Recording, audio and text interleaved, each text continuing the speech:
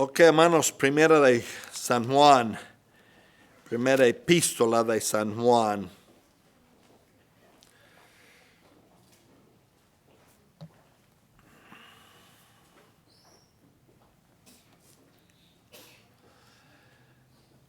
Hay gente que piensa que no podemos saber de la salvación, que no podemos saber si somos salvos, que uno tiene que esperar hasta llegar al final de la jornada, después de la muerte, para saber si uno es salvo o no.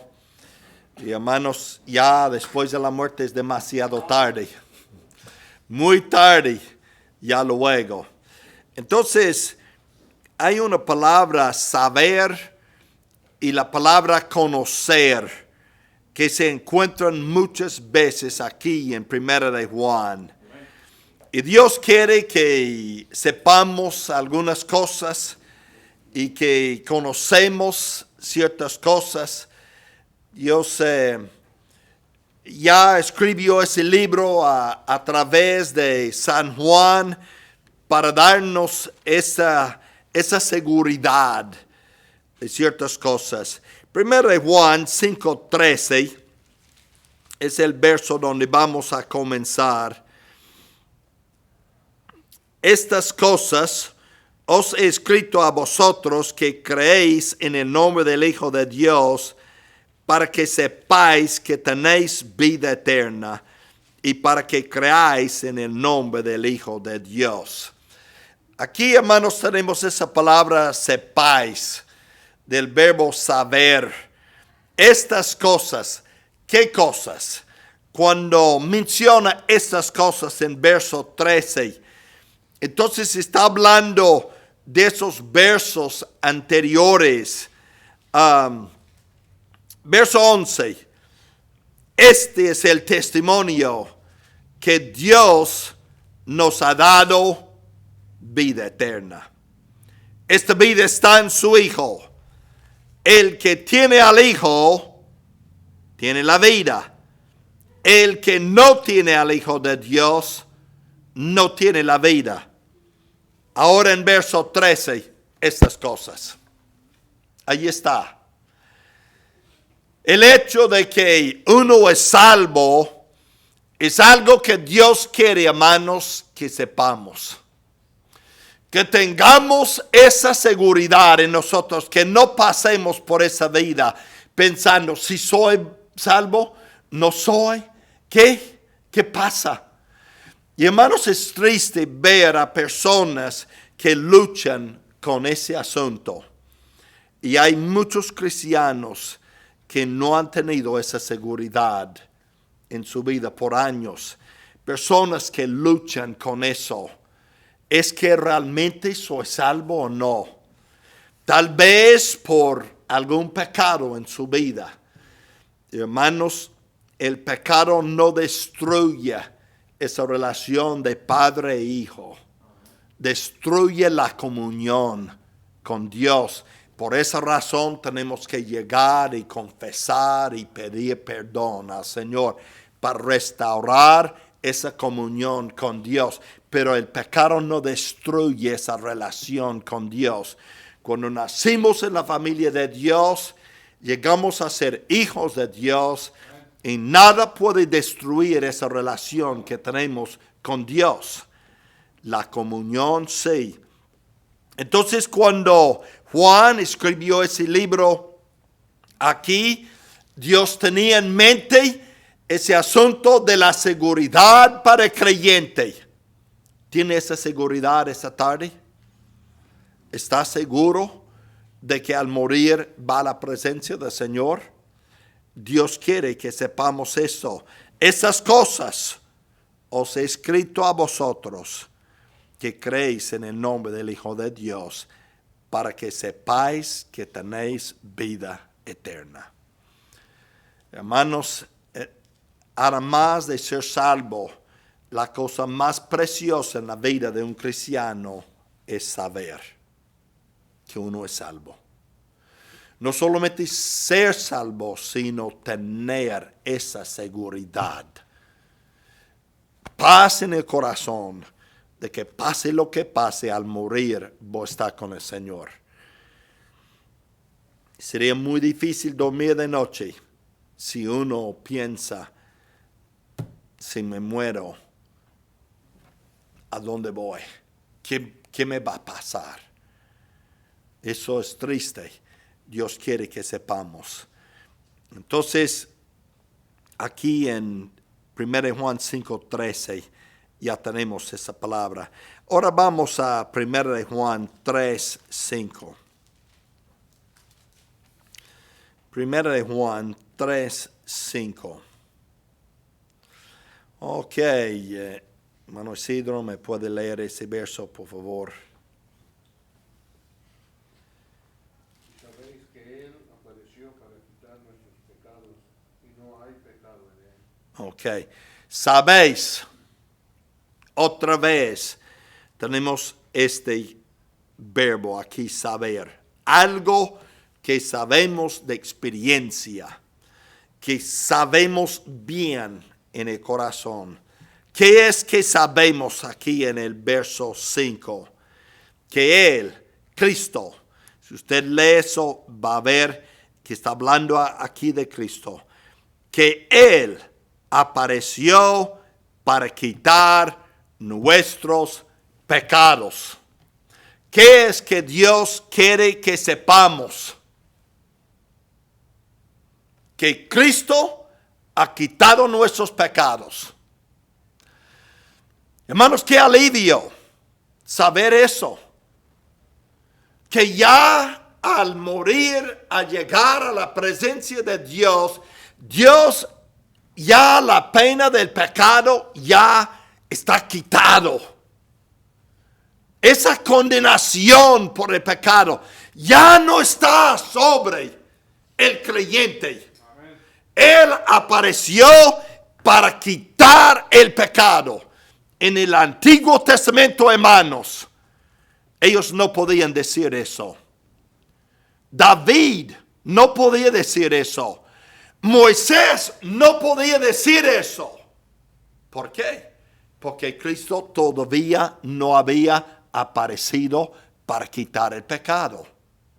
Ellos vivieron antes de la cruz.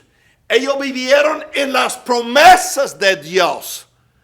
Pero ya en esa dispensación de la gracia de Dios, hermanos, tenemos esta seguridad de que Él apareció para quitar nuestros pecados. Para quitar. En el Antiguo Testamento, años, miles de años, sacrificios de animales, derramando sangre de animales que no podían quitar el pecado. Guarden su lugar aquí en 1 Juan. Vamos al libro de Hebreos, capítulo 10. Verso 4, hermano Jesús. Verso 3 y 4. Pero en estos sacrificios cada año se hace memoria de los pecados, porque la sangre de los toros y de los machos cabríos no puede quitar los pecados. No puede quitar los pecados. Lo que hacían, hermanos, con esos sacrificios, los hombres estaban demostrando su fe en las promesas de Dios, del Cordero de Dios, que quita el pecado del mundo. Cuando ellos traían sus sacrificios y así, estaban demostrando su fe en la promesa de Dios. Que venía uno detrás de ellos que iba a quitar el pecado. Por eso Juan el Bautista podía decir, he aquí el Cordero de Dios que quita el pecado. Y 1 Juan capítulo 3, aquí dice en verso 5, sabemos que Él apareció para quitar nuestros pecados. Y hermanos, Dios quiere que sepamos eso. Que eso sea una realidad en nuestras vidas. Que no dudemos, hermanos, de eso. Porque vino Cristo, quitar el pecado. Si Él no hubiera venido, estaríamos todavía en nuestro pecado. Así. Ok. 3:14. 1 Juan 3:14. Ok, hermano Emelitón. Nosotros sabemos que hemos pasado de muerte a vida, en que amamos a los hermanos, el que no ama a su hermano permanece en muerte. Ok, entonces sabemos que hemos pasado de muerte a vida. Hermanos, eso es la salvación. El pecador en Efesios capítulo 2 está muerto en delitos y pecados. Todas las personas que no tienen a Cristo como Salvador personal, físicamente la persona está viva. Tiene cuerpo, vida en el cuerpo. Tiene alma, su alma tiene emociones, tiene voluntad, tiene mente, pero espiritualmente hacia Dios está muerto en delitos y pecados. No puede conocer a Dios, así no tiene relación con Dios, hasta que esa persona llegue a Jesucristo. Jesucristo dijo, yo soy el camino, la verdad y la vida. La vida. Lo que necesita el pecador es vida. Y la única manera en que la persona puede venir a Cristo y tener vida es lo que enseñó hermano Jesús el domingo pasado. Dios tiene que resplandecer esa luz en la persona para que entienda su necesidad. Hasta que Dios le dé esa luz, la persona sigue en sus tinieblas. No va a saber. Hasta que Dios haga esa obra. Dios toma el primer paso en resplandecer esa luz. Y una vez que la luz llega y uno entiende que es pecador, que no puede salvarse, ya es candidato para la salvación. Ya la voluntad de esa persona entra y esa persona tiene que escoger, decidir lo que va a hacer con Jesucristo. Pero no va a llegar ese punto hasta que la luz llegue. San Juan capítulo 5, verso 24. Hermano Mike, por favor, léanos este verso. San Juan 5, verso 24.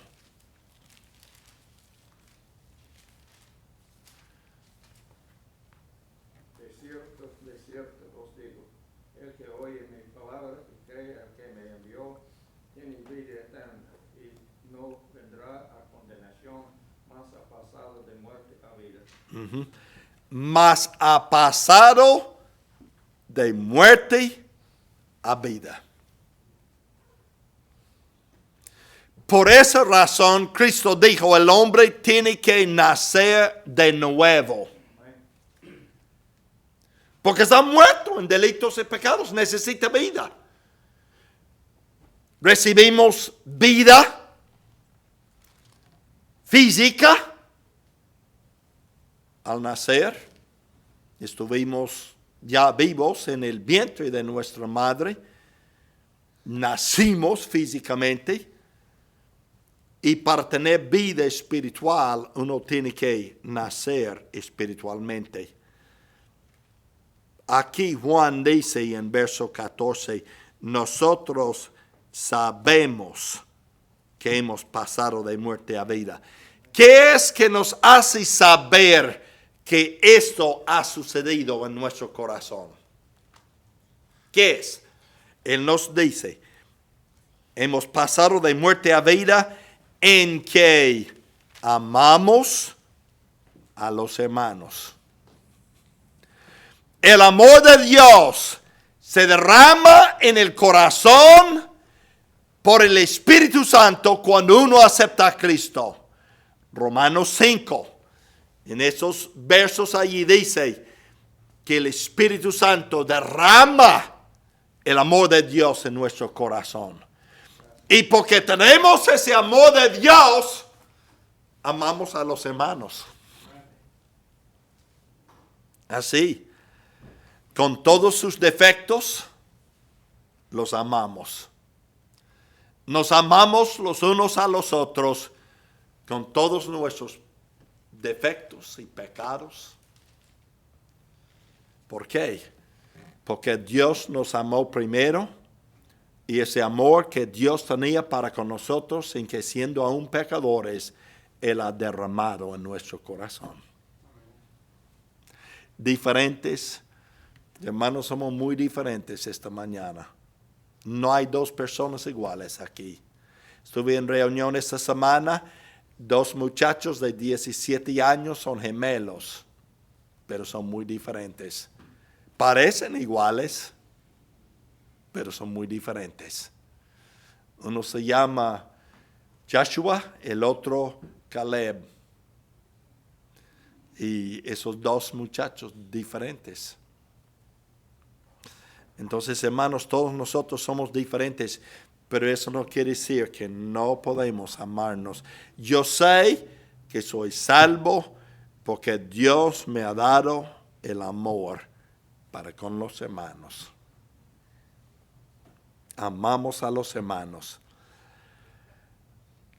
El que no ama a su hermano permanece en muerte. Si uno que no ama pues ¿cómo puede uno amar a Dios a quien no ha visto si no ama a su hermano a quien ha visto? Si uno ama a Dios, uno ama a sus hermanos. Ok, 3:19. 3:19. Ok, hermano Fernando. Y en esto conocemos que somos de la verdad y aseguramos nuestros corazones delante de Él. En esto. Esas 2 palabras tienen referencia al verso 18. Hijitos míos. Juan está hablando a los cristianos. Hijitos, los que han nacido de nuevo. Hijitos míos, no amemos de palabra ni de lengua, sino de hecho y en verdad. O sea, ese amor no es fingido, es real, porque viene desde adentro, porque Dios puso ese amor allí en nosotros. Yo he tenido personas que me han dicho que me aman, y son como algunos hombres allí en el Antiguo Testamento. Cuando el general del ejército de David ya luego se encontró con el general del ejército de Saúl, ya cuando Saúl estaba muerto. Y David quería aceptar el general de Saúl, Abner. Pero Abner no se dio cuenta que Joab tenía en su mano el cuchillo. Y cuando llegó a abrazarlo, le metió el cuchillo allí en la costilla y lo mató. Hay personas a veces que dicen, ay no, yo te amo, pero cuando tienen oportunidad, ya le meten, hermanos. Llegan a abrazarle y si uno tiene que mirar a ver, tener cuidado, porque meten el cuchillo en uno, no en palabra, hermanos, no amemos de palabra, ni de lengua. Es fácil decir, ay hermano, te amo, pero de palabra, de lengua. Pero es otra cosa, hermanos, mostrar el amor de hecho y en verdad. Entonces, verso 18 es lo que pone el fondo para verso 19 en esto. En verdad, de hecho y en verdad, conocemos que somos de la verdad. Cristo dijo, yo soy el camino, la verdad y la vida. Y si estamos en la verdad, en Cristo, entonces, hermanos, amamos en verdad. Y aseguraremos nuestros corazones delante de Él. Capítulo 4, verso 13.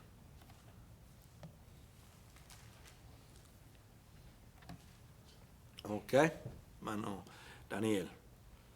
En esto conocemos que permanecemos en Él y Él en nosotros, el que nos ha dado de su Espíritu.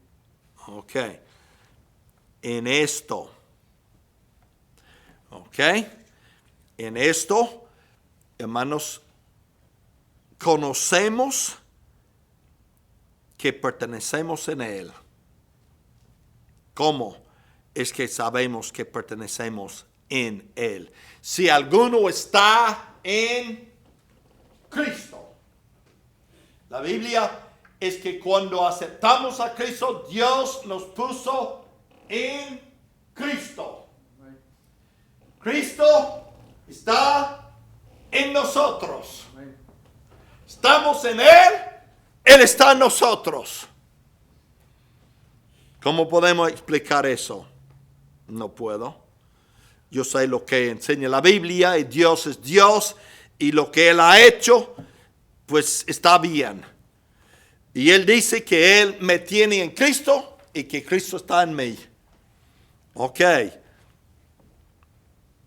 En esto conocemos que permanecemos en Él. Y Él en nosotros. Estamos en Él, Él está en nosotros. ¿En qué? ¿Cómo es que conocemos esto? Nos ha dado de su Espíritu. Yo puedo saber que estoy en Cristo, que Cristo está en mí, porque el Espíritu de Dios mora en mí. Amén. Romanos capítulo 8, allí dice que, vamos allí, mantenga su lugar aquí, Romanos capítulo 8.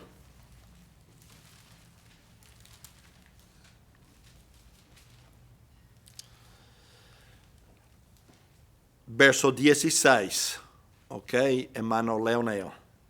El Espíritu mismo da testimonio a nuestro espíritu de que somos hijos de Dios. Ujú. El Espíritu mismo. ¿Por qué Dios nos dio de su Espíritu, el Espíritu Santo en nosotros? Hermanos, con ese propósito de que conocemos que pertenecemos en Él y Él en nosotros. Ese asunto de seguridad. Verso 14 dice, Romanos 8:14, porque todos los que son guiados por el Espíritu de Dios, esos son hijos de Dios. y el Espíritu mismo da testimonio a nuestro espíritu de que somos hijos de Dios. ¿Tiene, hermanos, este testimonio en sí mismo? El Espíritu Santo le hace saber que él pertenece a Dios. De vez en cuando, hermanos, en el servicio, él comienza a actuar allá adentro. No siempre, pero lo siento moviéndose en mí y tocándome y apretándome, hermanos, abrazándome. Y a veces siento el amor de Dios y es como Dios me agarra y me aprieta muy bien. Y a veces, hermanos, causa las lágrimas correr por aquí. El Espíritu Santo da testimonio que soy hijo de Dios. Amén. Y Dios quiere que conozcamos esto. En esto, hermanos, conocemos que pertenecemos en Él en nosotros, en que nos ha dado de su Espíritu. Ya hemos visto 5:13, ese asunto de saber de que tenemos vida eterna. Ahora vamos al capítulo 5, verso 15. Ok, hermano Valente. Y sabemos que Él nos oye en cualquier cosa que pidamos. Sabemos que tenemos las peticiones que le hayamos hecho. Ok. Otra cosa que sabemos, hermanos, cuando uno es hijo de Dios, tiene la invitación en las Escrituras de venir a Jesucristo y hacer nuestras peticiones delante de su trono de gracia. Hermanos, podemos entrar en la presencia de un Dios santo por los méritos de Cristo y hacer nuestras peticiones delante de Dios. Y hermanos, la Biblia aquí dice, y sabemos que Él nos oye en cualquier cosa que pidamos. Sabemos. Si sabemos esto,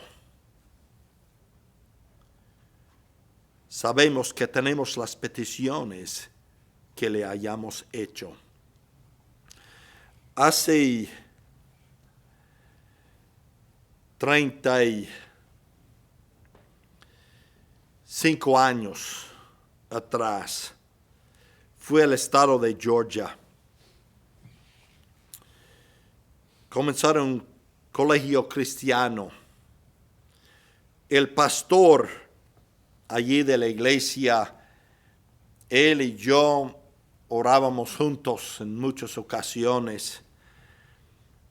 Y un día él me dijo, Roberto, yo tengo algunas peticiones delante del trono de Dios. Dios me ha escuchado y esas peticiones están allí delante de su trono.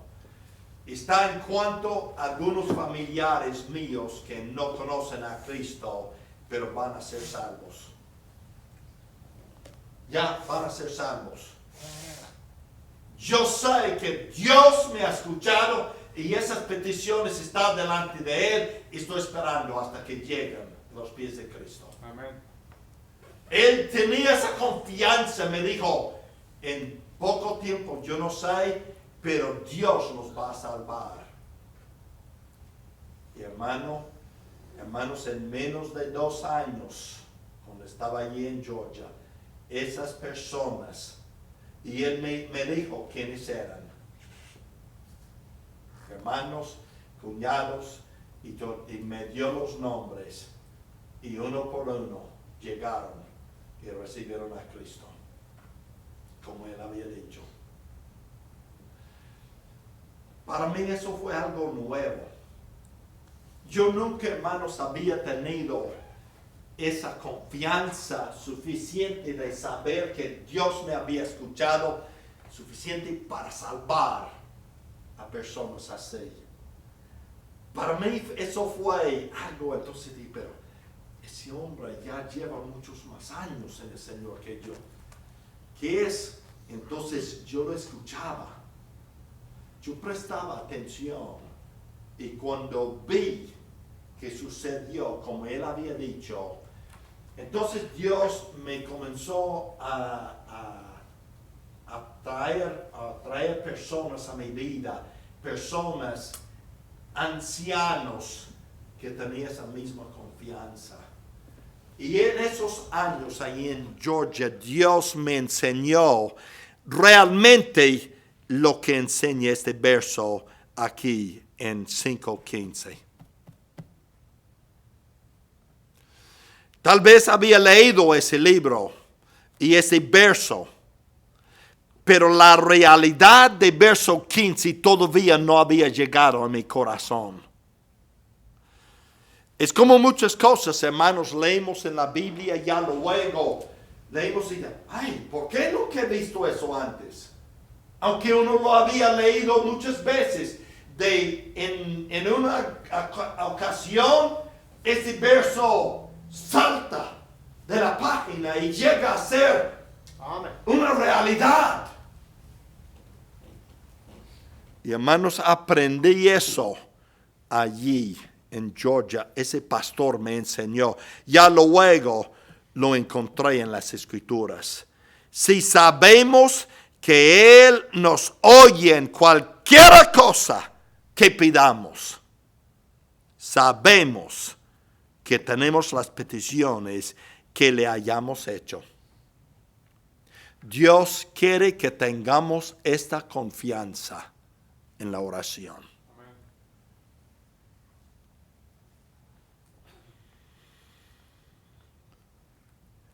Verso 18.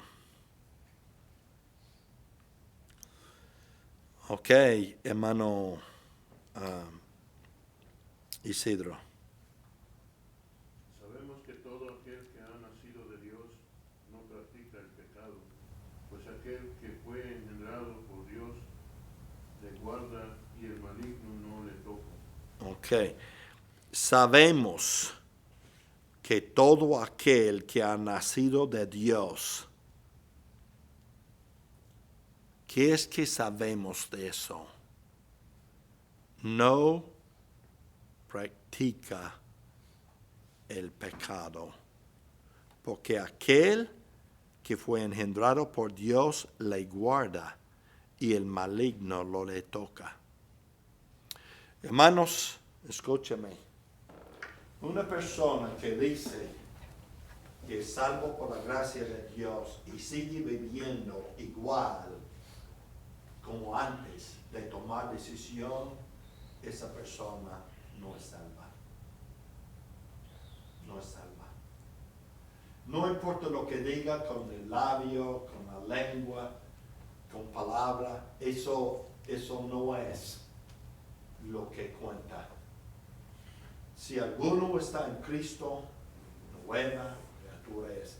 El nuevo nacimiento, hermanos, produce un cambio en la vida. Amén. Y uno no puede vivir practicando el pecado como antes. Eso no quiere decir que uno no peca. No. Hay diferencia, hermanos, entre pecar y ser dominado por el pecado. Amén. Y vivir en el pecado.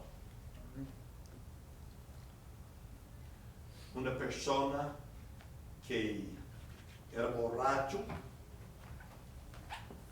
llega a Cristo, acepta a Cristo. Hermanos, es posible que en una ocasión pueda caer, pero si cae, va a sentir un dolor una tristeza, va a llorar y clamar a Dios, Dios, por favor, ayúdame. ¿Por qué lo hice? No entiendo, Señor. Pero uno que va, se emborracha, no le molesta, se emborracha y sigue, no ha nacido de nuevo. No va a practicar eso, el pecado, así. Dios le cambia a uno. No practica el pecado, pues aquel es con la A mayúscula, Cristo, que fue engendrado por Dios, le guarda. Y el maligno no le toca. Mire, en la vida de un cristiano, Satanás no puede tocar la vida de un cristiano sin permiso de Dios. Hermanos, eso se ve en el libro de Job. Job tuvo que pedir permiso de Dios para tocar la vida de Job. Y Dios dijo, bueno, está bien, puede quitar lo que tiene, pero no lo puede tocar. Quitó las cosas. Luego Satanás llegó y dijo, no, es que si me permites tocar su vida, a él, su cuerpo, él le va a negar. Dios dijo, no. Pero le doy permiso de tocar la vida, pero no le puede matar. Tocó la vida de Job. Le dio, hermanos, una enfermedad tremendo desde arriba, allí la corona de la cabeza hasta los pies. Sufrió tremendamente. Y hermanos, él pasó la prueba, salió. Job no sabía lo que estaba sucediendo en su vida. Él no sabía. Pero Dios tenía, aún Satanás dijo, tú tienes cerca alrededor de él. Satanás, el maligno, no puede tocar la vida de un cristiano sin permiso de Dios. Sabemos, verso 19, tengo que correr y terminar aquí. Verso 19, sabemos que somos de Dios y el mundo entero está bajo el maligno. Hermanos, estamos viviendo en un mundo,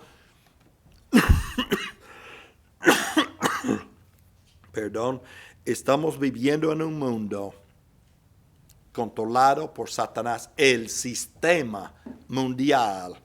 Por esa razón hay tanta corrupción, los gobiernos son corruptos, todos. No hay gobierno que no está corrupto. Ellos no prestan atención a la gente, hacen promesas, los políticos llegan a su posición y se olvidan de las personas, hacen lo que quieren hacer, lo que les convenga a ellos. Son muy pocos que son cristianos. Y normalmente cuando llegan, sientan y son buenos, una vez que llegan, el dinero en cantidades, en millones de dólares, los corrompe. El mundo está bajo el maligno. Cuando Satanás tentó a Cristo, le ofreció todos los reinos del mundo. Cuando Adán pecó en el huerto, él entregó a Satanás esos reinos mundiales. Cristo está prometido, ha comprado y un día va a regresar y reinar y tomar el dominio de ese mundo. Pero mientras tanto, Satanás gobierna. Ahora, 20.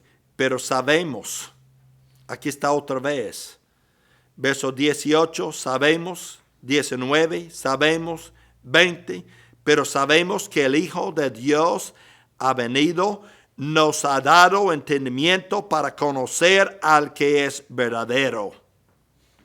Y estamos en el verdadero, en su Hijo Jesucristo. Este es el verdadero Dios y la vida eterna. Los testigos de Jehová no les gusta este verso. Porque ese verso que dice que estamos en el verdadero, en el Hijo Jesucristo, y ese Jesucristo es el verdadero Dios. Él es Dios, el verdadero Dios. Entonces, hermanos, hay cosas que Dios quiere que sepamos. Ahora capítulo 3, verso 2.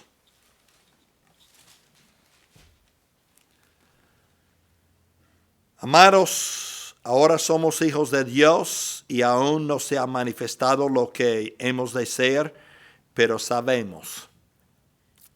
Juan, ¿qué es lo que sabemos? Sabemos que cuando Él se manifieste, está hablando del Hijo, Cristo, seremos semejantes a Él, porque le veremos tal como Él es. Cuando Él se manifieste, seremos semejantes a Él. Sabemos eso. En esta vida ando en pecado. Tengo naturaleza pecaminosa. Cristo viene en el rapto, en las nubes, me va a llamar. Voy a dejar ese cuerpo. Voy a dejar esa naturaleza pecaminosa. Dios me va a transformar y voy a recibir un cuerpo celestial. Hermanos, como el cuerpo de Cristo después de la resurrección. Y voy a su presencia. Y hermanos, en ese entonces voy a ser perfecto. Y ustedes que son salvos por la gracia de Dios van a ser perfectos, semejantes a Él. En ese entonces, nunca jamás vamos a tener una tentación para hacer mal. Dios va a agarrar a Satanás, echarlo en el abismo. Y hermanos, vamos a vivir con gloria como Adán antes del pecado. Hermanos, en la gloria de Dios, en ese cuerpo celestial podemos mirar a Cristo en su cara y ver su gloria. Amén. Verlo como es. Vamos a vivir en su presencia para siempre. Cuando Él se manifieste, seremos como Él es. Qué bendición. Y hermanos, en mi corazón, yo tengo el anhelo de ser perfecto. Ojalá que estuviera perfecto, pero no soy. No soy. Nunca he sido. Pero un día seré. Amén. Gloria a Dios. Por medio de Cristo y lo que Él ha hecho por nosotros. Entonces, Juan dice, ahora, amados, ahora somos hijos de Dios. No es que vamos a ser hijos de Dios, ahora somos hijos de Dios. En la mente de Dios ya somos perfectos en Cristo, pero en la práctica todavía no. Por esa razón Dios está obrando en nosotros, hermanos.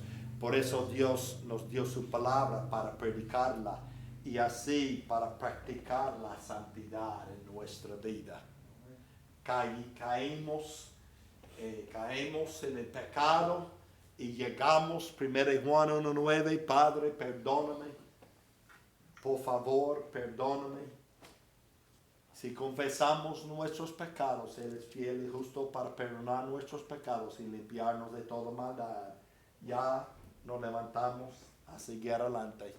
Y el Señor está obrando, perfeccionándonos poco a poco en esta vida.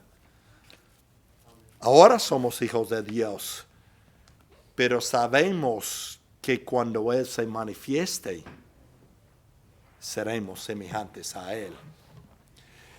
Y cuando Cristo venga, en la práctica voy a ser igual como estoy en la posición ahora.